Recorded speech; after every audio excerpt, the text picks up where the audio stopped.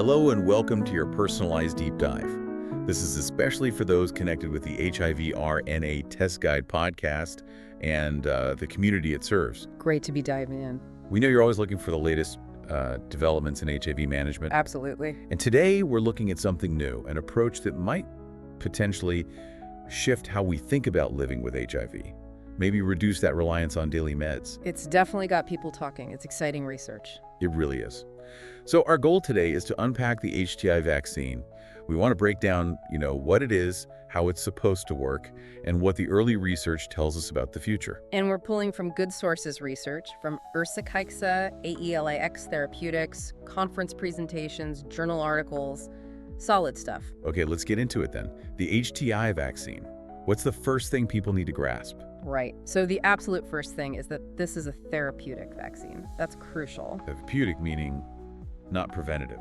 Exactly. It's not designed to stop someone from getting HIV in the first place. It's specifically for people who are already living with HIV. Okay, so for our listeners, maybe those using the HIV RNA Test Guide resources, this is about managing the virus after infection. Precisely. It's not about blocking entry, it's about strengthening the body's response once HIV is there. So what's the main goal then? How does it aim to strengthen that response?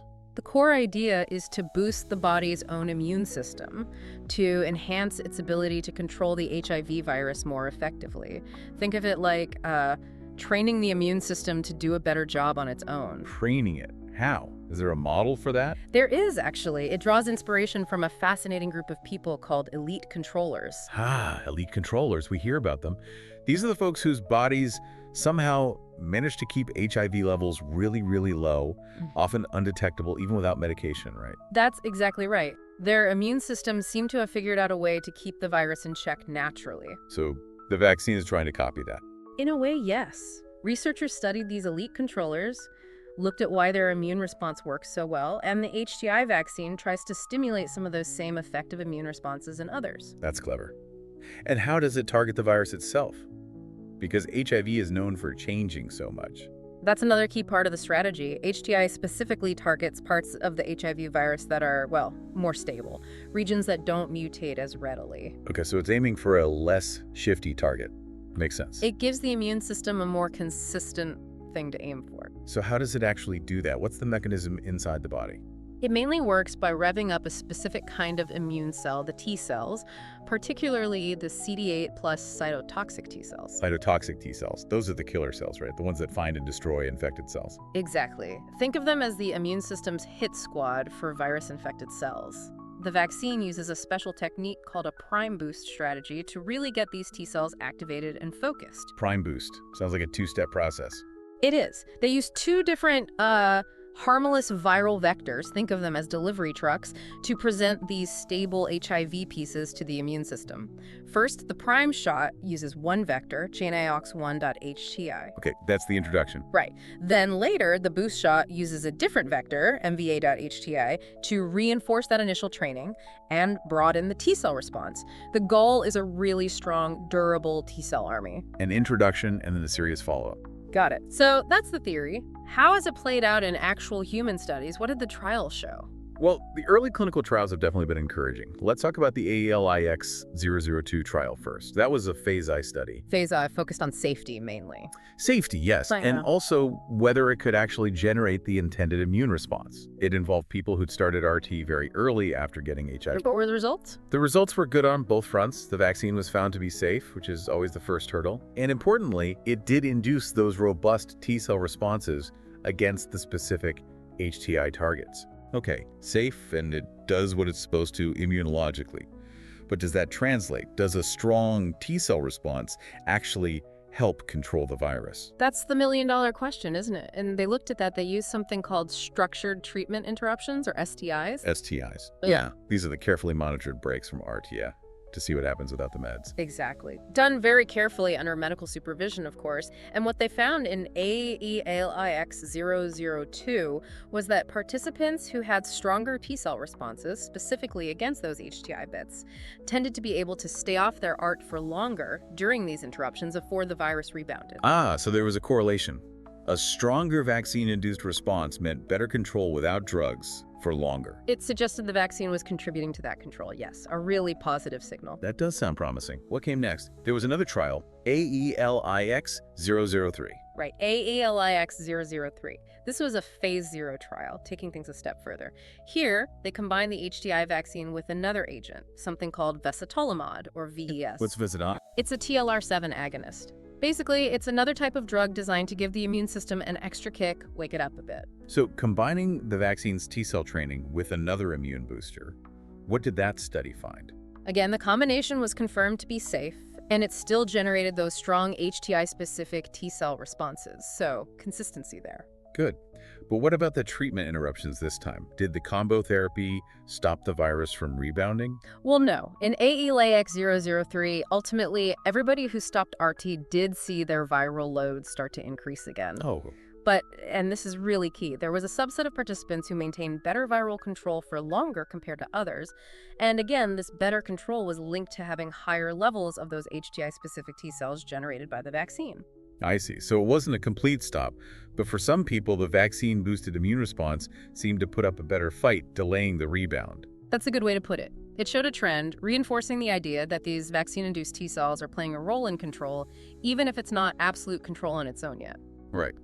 So, stepping back, looking at the bigger picture, what are the potential upsides here? Where could this lead? The potential is significant. The main hope is enhancing the immune system's own power to manage HIV. If this approach can be refined, it could mean people might need less daily ART. Which would be huge for quality of life. Absolutely. Fewer pills, potentially fewer long-term side effects, less of that daily reminder. It could make a real difference. And this all ties into that idea of a functional cure, doesn't it? Exactly. We talk about functional cure a lot. It doesn't necessarily mean eradicating every last trace of the virus, which is incredibly hard with HIV because it hides. Right, the reservoirs. Yes. A functional cure means the immune system controls the virus at very low, harmless levels without needing continuous therapy. The HTI vaccine, by boosting that immune control, could be a vital piece of the puzzle in getting there. A piece of the puzzle suggests it might work best with other things. That's where a lot of the excitement is now. HTI is definitely being looked at as part of combination strategies. Like what? Well, one major area is combining it with latency reversing agents, or LRAs. LRAs. Those are the drugs trying to wake up the dormant, hidden HIV. Precisely. The kick and kill idea. You use the LRA to kick the virus out of hiding, and then a boosted immune response, perhaps enhanced by HTI, can come in and kill those newly exposed infected cells. A 1-2 punch. Makes sense. Any other combinations? Another promising avenue is pairing HTI with broadly neutralizing antibodies, BNAbs. Ah, yes. The lab-engineered antibodies that can fight lots of HIV strains. Right. The thinking is maybe BNAbs provide the initial knockdown of the virus, and HTI helps the body build its own long-term T-cell control to maintain that suppression. So it's about synergy, using different tools together. Where does the research go from here? What are scientists working on right now? There's a lot happening. Ongoing studies are looking at HTI and broader cure strategies, testing these combinations. They're also trying to optimize the vaccine itself, maybe different doses, timing, slight tweaks to the formulation. Refining the approach. And critically, researchers are working hard to identify the correlates of control. Basically, figuring out exactly which specific immune responses triggered by the vaccine are most strongly linked to successful long-term virus control off RT. Understanding what makes it work best and for whom. Exactly. If we know the correlates, we can better predict who might benefit most and design even more effective strategies. Okay, now this all sounds very exciting, but we need to keep our feet on the ground. What are the important caveats, the things we need to remember? Absolutely crucial. First, let's say it again, HTI is not preventative. It doesn't stop infection. It's only for people already living with HIV. Very important distinction. Second, while these results are promising, HTI is not currently a substitute for standard antiretroviral therapy. ART is still the cornerstone of HIV management. People need to stick with their prescribed meds. Okay, so this is future-focused, not a replacement for today's treatment. What else? We also saw in the trials that people respond differently. Not everyone gets the same strong T-cell boost. Not everyone controls the virus equally well during STIs. There's variability. Which is common in biology, but means it might not work the same for everyone. Right. We need more research to understand that variability. And finally, we should just briefly mention the ethics around STIs, those treatment interruptions. They're essential for this research, but they have to be done incredibly carefully, always balancing the scientific need with patient safety. Constant monitoring and clear protocols are key there. Definitely. Okay. So wrapping this up, what's the main message people should take away about the HTI vaccine today? I think the key takeaway is that HTI represents a really promising therapeutic strategy. It's about training the immune system, particularly T cells, to fight HIV more effectively. Early signs suggest it could help reduce reliance on daily RT and move us closer towards a functional cure, especially as part of a combination approach.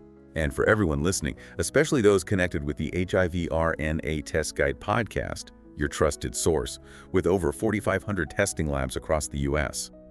This research really offers a glimpse into what the future of managing HIV could look like. It's about hope and ongoing progress. Definitely. So as this research continues, maybe think about what it could mean. Having more options that tap into your own body's strengths to fight the virus. What questions does this new direction spark for you? Something to ponder and maybe discuss with your doctor or within the community. Absolutely. The conversation is just beginning.